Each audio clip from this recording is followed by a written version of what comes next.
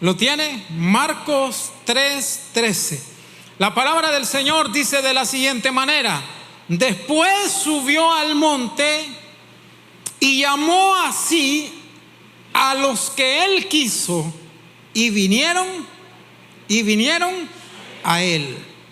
Y estableció a 12 para que estuviesen con él y para enviarlos a predicar, y que tuviesen autoridad para sanar enfermedades y para echar fuera demonios.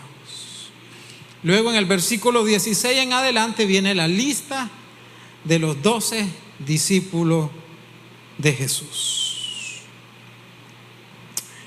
¿Para qué nos llama el Señor? ¿Para qué Dios nos ha llamado a nosotros que le hemos conocido?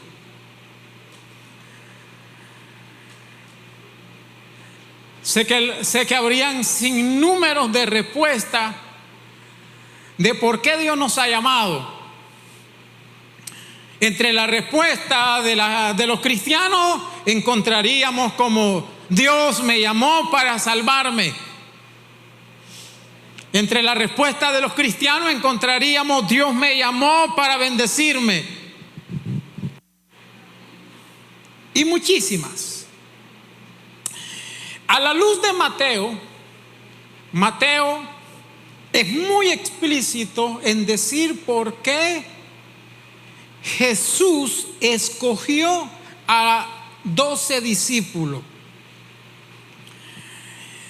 Y yo encuentro que esos propósitos por los cuales Jesús llamó a los discípulos son los mismos propósitos por los cuales Dios nos ha llamado a nosotros. Repito, los mismos propósitos por los cuales Jesús llamó a los discípulos son los mismos propósitos por los cuales el Señor nos ha llamado a nosotros. Entonces cabe destacar que es muy importante el punto de vista que Mateo le da a la elección de los 12 discípulos. Dije Mateo varias veces, pero es Marcos. En el capítulo 3, versículo 13, Marcos empieza diciendo que después el Señor subió al monte. Y si usted lee Marcos, pareciera que el Señor subió al monte e inmediatamente llamó a los discípulos. Pero Lucas nos da un dato muy importante. Si podemos poner por favor Lucas 6:12. Lucas 6:12. Lucas da un dato muy importante que Marcos lo omitió.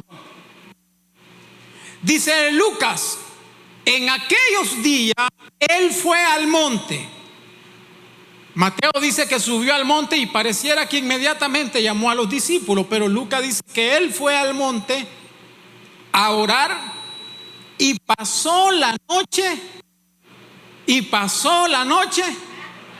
orando. Marcos omite que Jesús pasó la noche completa orando a Dios. En Marcos pareciera que Jesús sube al monte e inmediatamente llama a los discípulos. Pero Lucas nos da ese detalle, que Jesús subió al monte y pasó la noche completa orando al Padre.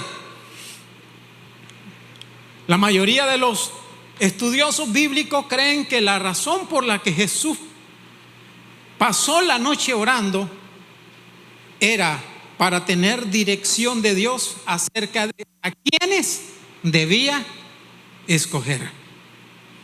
Que Jesús subió al monte y pasó la noche completa orando para tener dirección de acerca a quienes debía él elegir.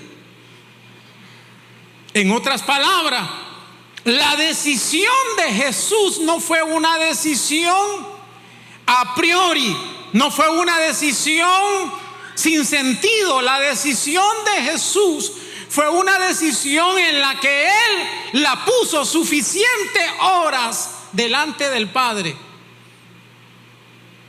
La Biblia no lo dice, pero es mi especulación. Jesús en el monte: Padre, ¿a quién debo elegir? Padre, quiero elegir a los tuyos, a los que tú me des. Porque Jesús andaba acompañado de un grupo de personas. Cuando Jesús elige a los 12 discípulos, juntamente con los discípulos a los que Él eligió, habían un grupo de personas que le venían siguiendo por días. No eran que solamente estaban los 12, porque si solamente hubieran estado los 12, no es ninguna elección, ninguna selección. Andaba un grupo de gente juntamente con los discípulos que por días habían seguido a Jesús.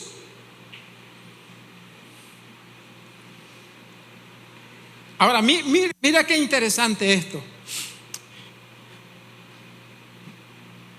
Hay una gran diferencia entre ser seguidor y ser escogido. A Jesús lo seguía mucha gente, y de ese montón de gente Él escogió, eligió a 12. Hay una enorme diferencia entre ser seguidor y ser escogido. El mundo está lleno de gente seguidora, como cuando hablamos de las redes sociales. A veces Facebook me manda a decir: fulano de tal te empezó a seguir. Gente que uno ni siquiera conoce. Es más, yo no sé si a usted le ha pasado. Usted de pronto no tiene a alguien en sus redes que le da like a su foto, pero cuando lo ven en persona no lo saluda. ¿No le ha pasado? Que usted tiene a alguien en sus contactos, en sus seguidores, en su grupo de Facebook, y esa persona le da like, pero cuando lo tiene de frente no lo conoce. Ignorado.com, amén. Entonces el mundo está lleno de seguidores. Un cantante que no conoce nada de Dios, pero recibe el premio al mejor reggaetonero, dice: gracias a Dios. Aquel que compuso la música más corta, Pulso, para los amantes, dice: quiero agradecer a Dios por esto. El mundo está lleno de seguidores, pero Dios no quiere seguidores, Dios quiere discípulos. Entonces, el Señor, ¿para qué escogió? No cierra su Biblia, Marcos capítulo 13. Después subió al monte y llamó así a los que Él llamó así a los que Él quiso. Fíjense que, ¿sabe lo que quiere decir esa frase? A los que Él quiso.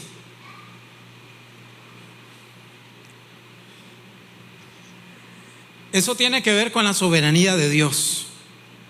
Dios escoge a los que Él quiere.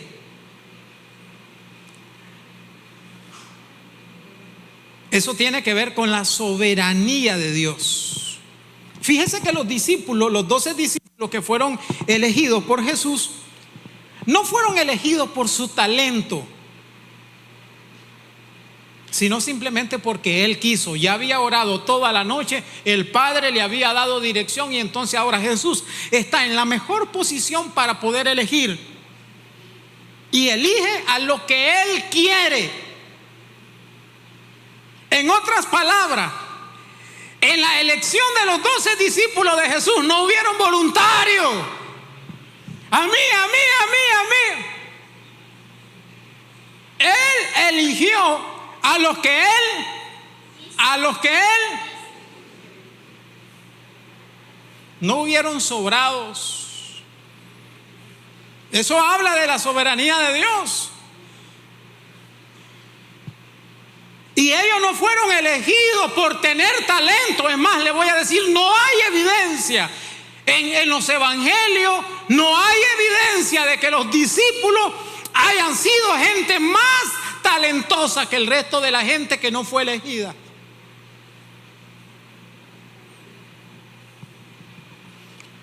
Ninguno de ellos fue elegido por talento. Los discípulos no fueron elegidos por fe, porque eran hombres fluctuantes. Con frecuencia estaban atemorizados y el Señor con frecuencia los regañaba. ¿Por qué teméis, hombre de poca fe?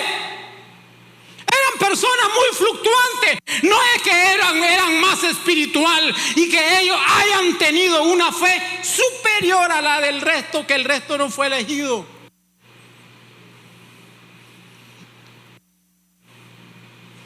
Ellos no eran nada especiales. Simplemente la soberanía de Dios tuvo misericordia para centrar su atención en ellos y ellos ser elegidos. Los 12 discípulos tuvieron algo en común, incluyendo a Judas. ¿Qué es lo que tenían en común los 12 discípulos? Estuvieron dispuestos a dejar todo por seguir a Jesús.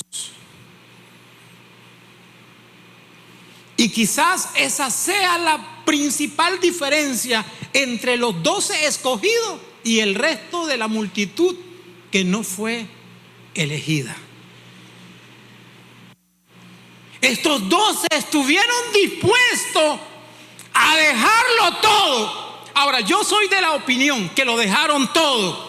Yo sé que hay biblistas y hay algunos intérpretes y hay algunos predicadores que piensan que ellos estaban con Jesús y volvían a su familia y mantenían una relación familiar común al resto de la gente. Yo no hallo evidencia personalmente, no la he encontrado. Yo soy de la idea que ellos, una vez que decidieron dejar a Jesús, dejaron todo. No es que Pedro le decía a Jesús: Señor, hay regreso, voy en la noche a dormir con mi esposa.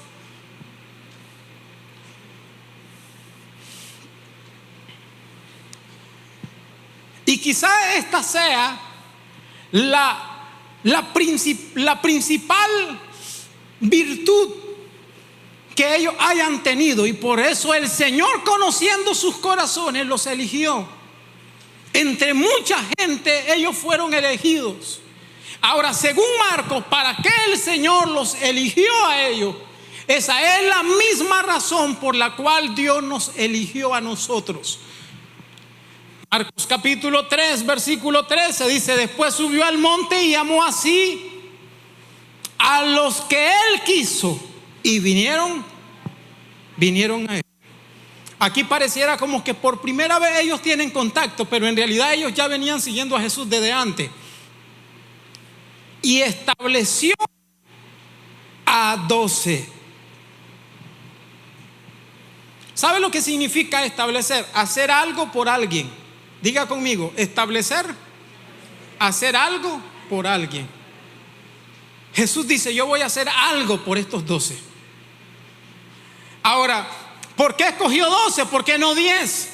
¿Por qué no 7? Porque 12 es un número que hace una alusión a Israel. 12 es un número de referencia para el pueblo de Israel. Recuerden que en una ocasión un muchacho joven, rico, le dijo: Señor, todo lo he guardado desde mi juventud. ¿Qué me falta? Y Jesús le dice: guarda los mandamientos. Y él le dice: ¿cuál? Y Jesús le cita los mandamientos que tienen que ver con el prójimo. No adulteres, no mates, no robes, todos los mandamientos que tienen que ver con el prójimo. Y entonces El muchacho le dice: todo eso lo he guardado, ¿qué más me falta? Entonces Jesús le dice: para que seas perfecto. O sea, tenía un problemita el muchacho en el corazón. Vende todo lo que y dalo a los pobres, y entonces ven y sígueme. Y ustedes conocen la historia. El muchacho se fue para atrás, no quiso vender porque sus posiciones eran muchas. Y entonces los discípulos le dijeron: nosotros lo hemos dejado todo.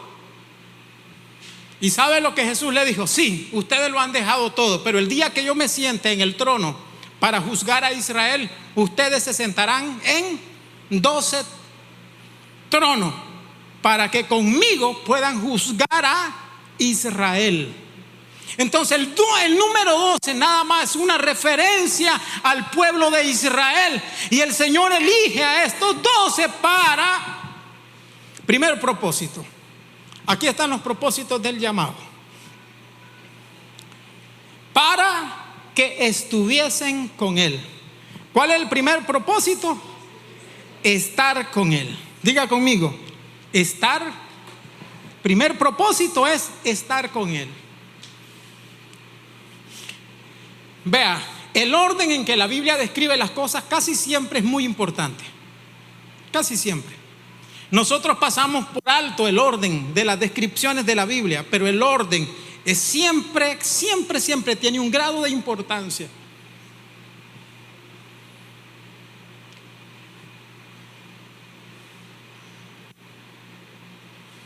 La prioridad no es predicar. La prioridad no es echar fuera demonios. La prioridad no son las obras. La prioridad no es lo que ellos podían hacer. El primer propósito por el cual Dios los llamó es para que estuviesen con Él. Eso es compañía.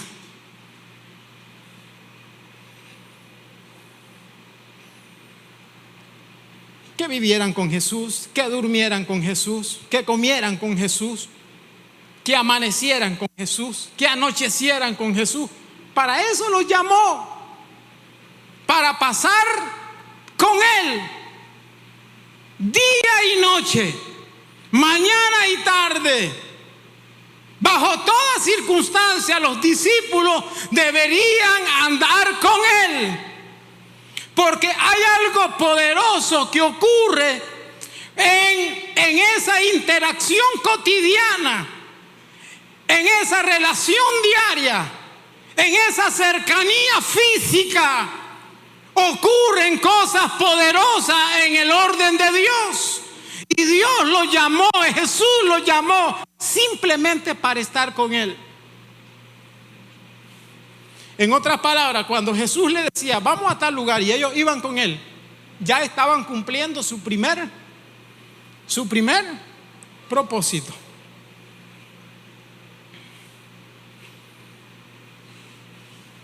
¿Sabe para qué Dios nos ha llamado a nosotros?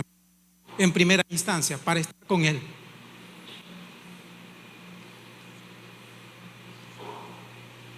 La primera razón por la que Dios nos llamó a nosotros es para estar con Él. La pregunta sería: ¿usted pasa tiempo con Dios? ¿Aló? ¿Usted pasa tiempo con Dios? ¿Cómo pasamos tiempo con Dios? Pasamos tiempo con Dios cuando sacamos tiempo en nuestra casa para orar. Pasamos tiempo con Dios cuando sacamos tiempo en nuestra casa para leer la Biblia. Pasamos tiempo con Dios cuando vamos en el carro conectados, escuchando una música y vamos adorando al Señor. Pasamos tiempo con Dios cuando vamos por las calles, pero no vamos desconectados, sino que Dios va en nuestra mente y en nuestro corazón. Y uno va por la calle, pero uno va conectado con el Señor. Pasamos tiempo con Dios cuando sacamos tiempo para venir a la iglesia y como cuerpo de Cristo adoramos su nombre.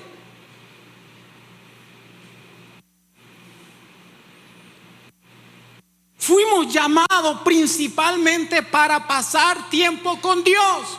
La prioridad no es predicar, es bueno predicar, es bueno bueno cantar, es bueno hacer muchas cosas, es bueno hacer obras sociales, pero esa no es la prioridad del cielo. ¿Sabe usted cuántas horas invertimos nosotros los predicadores para poder predicar un minuto, para poder predicar 30 minutos? A veces invertimos 10, 12, 15, 8 horas. Pero eso, ni siquiera eso es la prioridad. Fuimos llamados para estar con Él, para pasar tiempo con Él. Y en esa cercanía ellos iban a aprender. Mire, hoy hay muchas escuelas de profetas. Milagro no han inventado la escuela de apóstoles, porque esa era una escuela de apóstoles. Sí. Lo que Jesús lo invitó es: vengan a mi escuela de apóstol. Por 3 años ustedes van a tener un curso intensivo de apostolado. Y van a aprender a hablar como yo hablo. Van a aprender a ver como yo veo.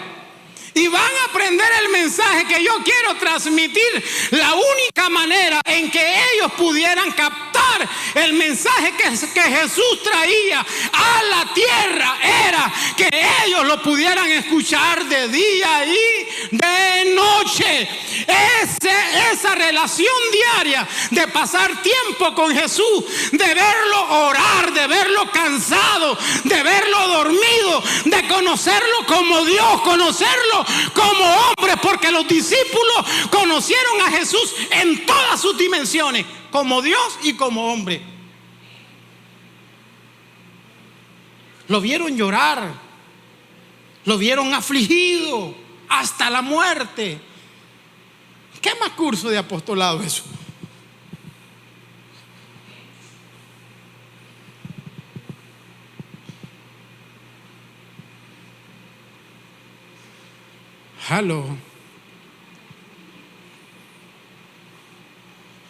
En esa relación diaria ellos iban a aprender cosas que de otra manera nunca la hubieran aprendido. Se lo repito: pasar tiempo con Jesús por aproximadamente 3 años, de día y de noche, aprendieron cosas que de otra manera nunca la hubieran aprendido.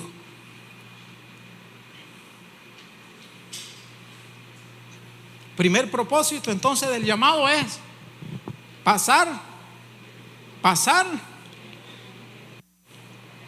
tiempo con el Señor, estar con Él. Estamos en el versículo 14. Y estableció a 12 para que estuviesen con Él y para enviarlos a ¿qué? Segundo propósito del llamado era prepararlos para enviarlos a predicar. Jesús sabía que su tiempo ministerial era muy corto en la tierra y que Él tenía que elegir a un grupo de personas que se encargaran de llevar su mensaje, de predicar. Pero tenga presente, la prioridad no es predicar. La prioridad es estar con Él.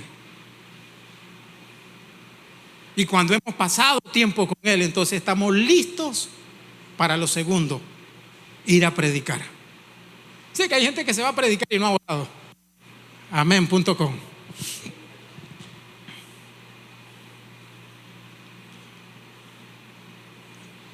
Primero es pasar tiempo con Él y luego llevar el mensaje que Él nos ha encomendado. ¿Cuántas veces Jesús enseñó alguna parábola y luego a los discípulos le decían: vengan aparte ustedes, a ustedes les voy a explicar? La gente común no escuchaba la explicación de la parábola, pero los discípulos la escuchaban.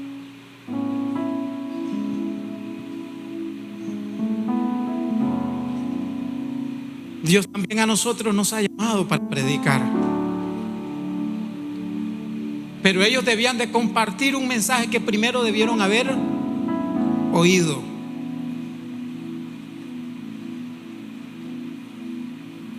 La palabra, Jesús le dice, la palabra que yo he recibido del Padre es la palabra que yo les he dado a ustedes. Lo que yo he escuchado en el cielo, se lo he transmitido a ustedes. Ellos tenían en su corazón y en su sentido una palabra que había venido directamente del cielo. Y no solamente una palabra que había venido del cielo, ellos habían vivido con la palabra, porque Jesús dijo: yo soy el pan de vida que descendió del cielo. Y cuando usted convive con la palabra, usted se apropia de la palabra, usted se empapa de la palabra. Cuando usted de día y de noche camina con la palabra, duerme con la palabra, va a estar en la mejor posición para pararse en cualquier escenario y poder compartir y poder transmitir esa palabra.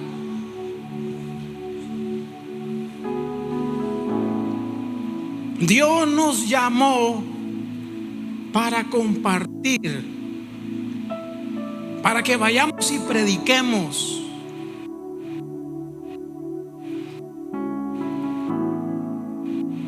Hoy a los cristianos hay una gran rama del cristianismo que le encanta venir a la iglesia, cantar, bailar, gozarse, y hasta ahí nada más murió todo.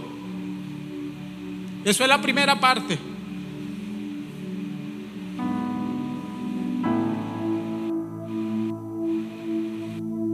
Lo que usted ha visto y lo que usted ha oído,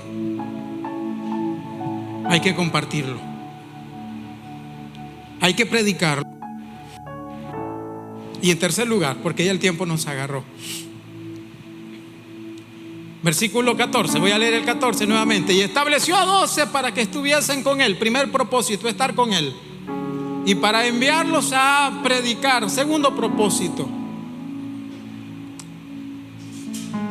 Tercer propósito, y que tuviesen autoridad para sanar enfermedades y para echar fuera demonios. El tercer propósito por el cual Jesús los llamó es para darles autoridad. Diga conmigo: darles autoridad. No los iba a mandar sin ser capacitado.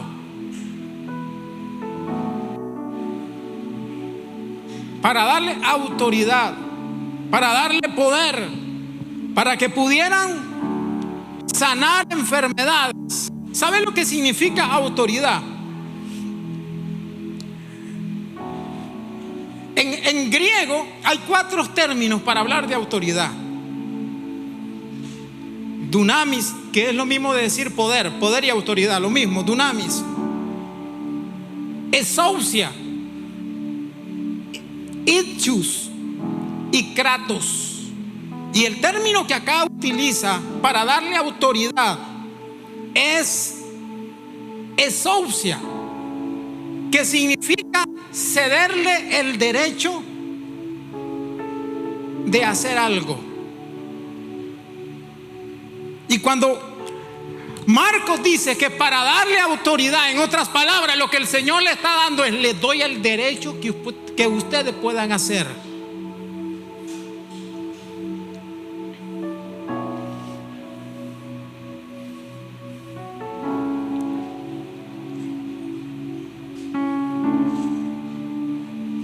Predicación, Jesús se dedicó a la enseñanza, pero también se dedicó a sanar enfermos y a liberar endemoniados. Yo le voy a decir algo. Creo que una de las cosas que nos hace falta a la iglesia El Shaddai, eso me incluye a mí, es movernos más en la autoridad de Dios. No le estoy hablando de irnos al extremo, pero tampoco podemos negar que la iglesia primitiva y que todos los grandes hombres de Dios en el Nuevo Testamento, su predicación fue acompañada de milagros.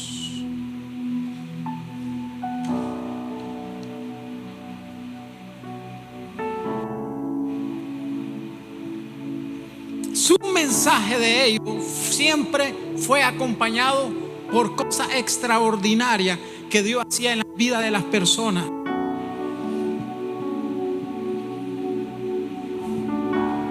El Señor les dio autoridad a ellos para que ellos pudieran operar y sanar enfermos, echar fuera demonios.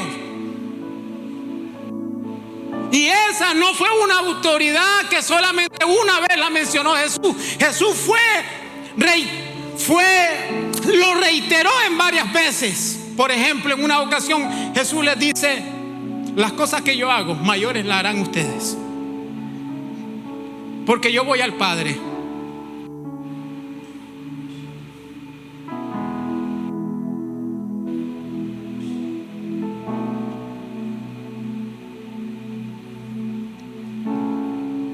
Nosotros no solamente necesitamos un evangelio social,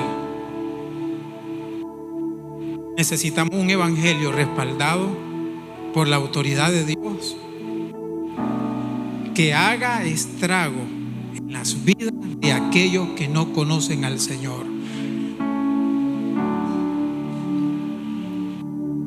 Necesitamos que Dios nos use para sanar enfermos.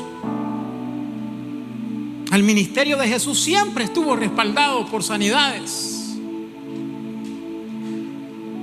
Y necesitamos nosotros que Dios nos use en esa área.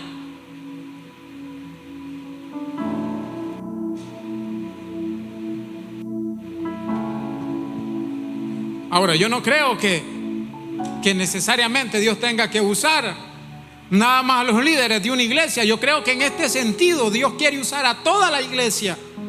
Y estas señales seguirán a los que creen. Son parte de las señales que Dios ha dejado para la iglesia.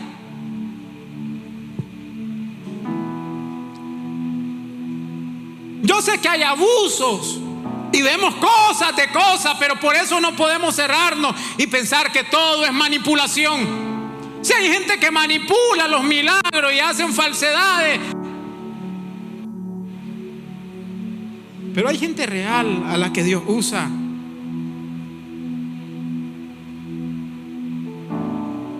Una de las cosas que yo le he pedido al Señor es que Dios empiece a usar nuestras iglesias en esa área.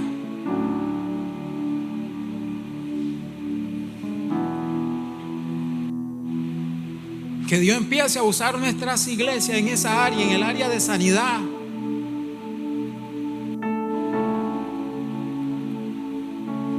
Porque el mundo espiritual es tan real como el mundo físico. Y hay enfermedades que tienen un origen natural, un origen físico. Pero hay otras enfermedades, conforme las Escrituras, no todas, pero tienen otro origen espiritual.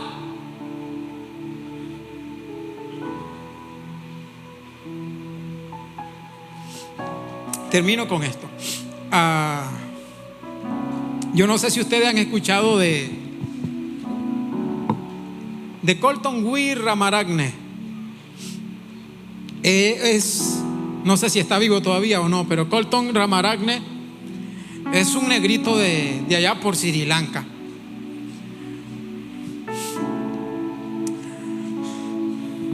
¿Dónde queda? No me pregunto. Un hombre muy usado por el Señor de manera extraordinaria. El pastor Spencer una vez contó de él cómo Dios estaba usando a Colton. Tan así que una vez dice que a Colton le dijeron, le voy a contar rapidito los testimonios de Colton. Le dijeron: Colton, tu mamá ha fallecido. Y Colton llegó a la casa y le dijo a toda la familia: sálganse. Toda la familia salió del cuarto y vino él, se tiró encima de la mamá, como lo que hizo el profeta cuando se acostó sobre el niño. Y se acostó y empezó a orar: Señor, levanta a mi mamá. Tú me diste promesas que todavía no se han cumplido. Levanta a mi mamá. Los hermanos de Colton al verlo a él encima de la mamá, lo llegaron a hablar pensando: este está quedando loco. Y Colton le dijo: déjenme orar, porque Dios me dio promesas que todavía no se han cumplido.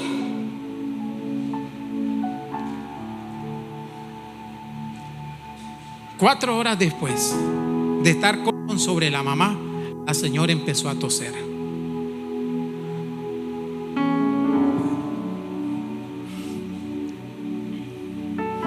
Entre algunos milagros, hay otros milagros, pero no los puedo contar por tiempo, que ocurrieron, transmisión directa, y que llegó la televisión para hacerlo quedar mal a él.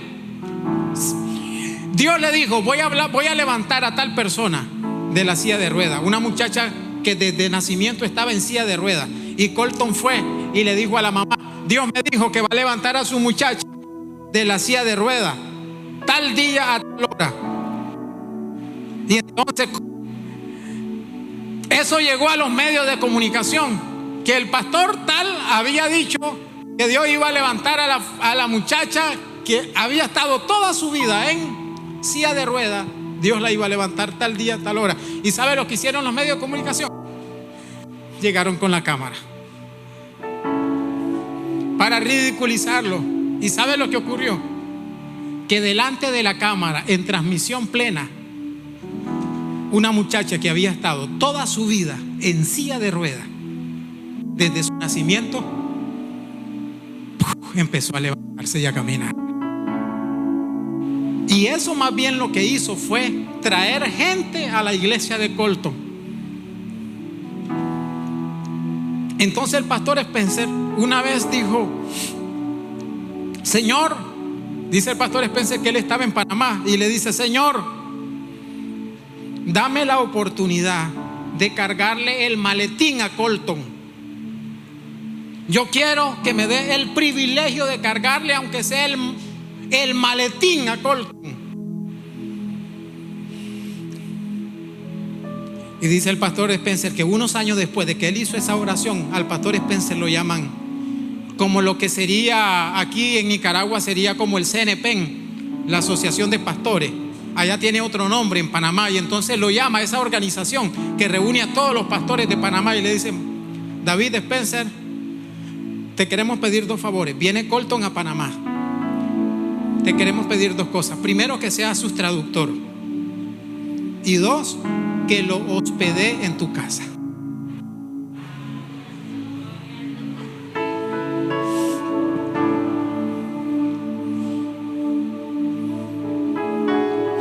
Pues Colton vino a Nicaragua, y eso es algo que yo siempre, últimamente yo le digo: Señor, algo tienes que hacer en mí, porque yo no creo que eso haya sido por casualidad. Colton vino a Nicaragua y el pastor Spencer montó una actividad 2-3 noches, no recuerdo. Y entonces ya en la carpa, esa carpa al reventar, y una de las noches, o la última noche, el pastor Colton iba a orar por los enfermos. Ya sabe usted cómo la gente, al saber eso, cómo se llena. La carpa estaba al reventar. Y entonces Colton, después de haber predicado, dice: voy a orar por los enfermos. Y pasa el montón de gente al altar.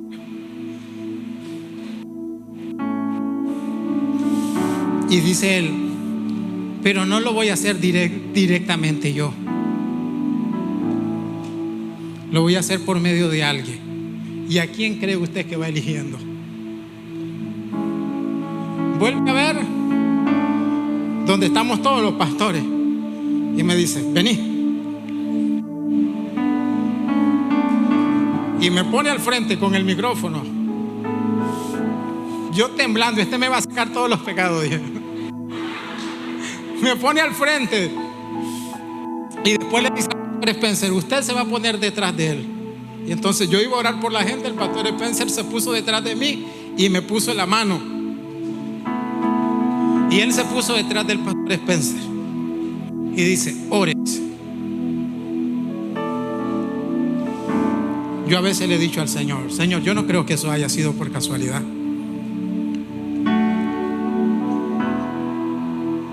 Si hay algo, le he dicho, si hay algo que esa noche tú depositaste, empiézalo a activar. Yo no creo que Dios nos haya llamado nada más para un evangelio social. Yo creo que Dios quiere usarnos.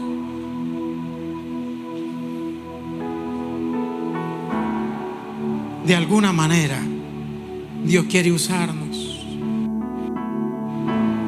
Y esa debería ser una de nuestras oraciones por todos nosotros. La gente tiene la tendencia, está un enfermo, llamemos al pastor. ¿Por qué tienen que llamar a uno como pastor? Dios lo quiere usar a usted.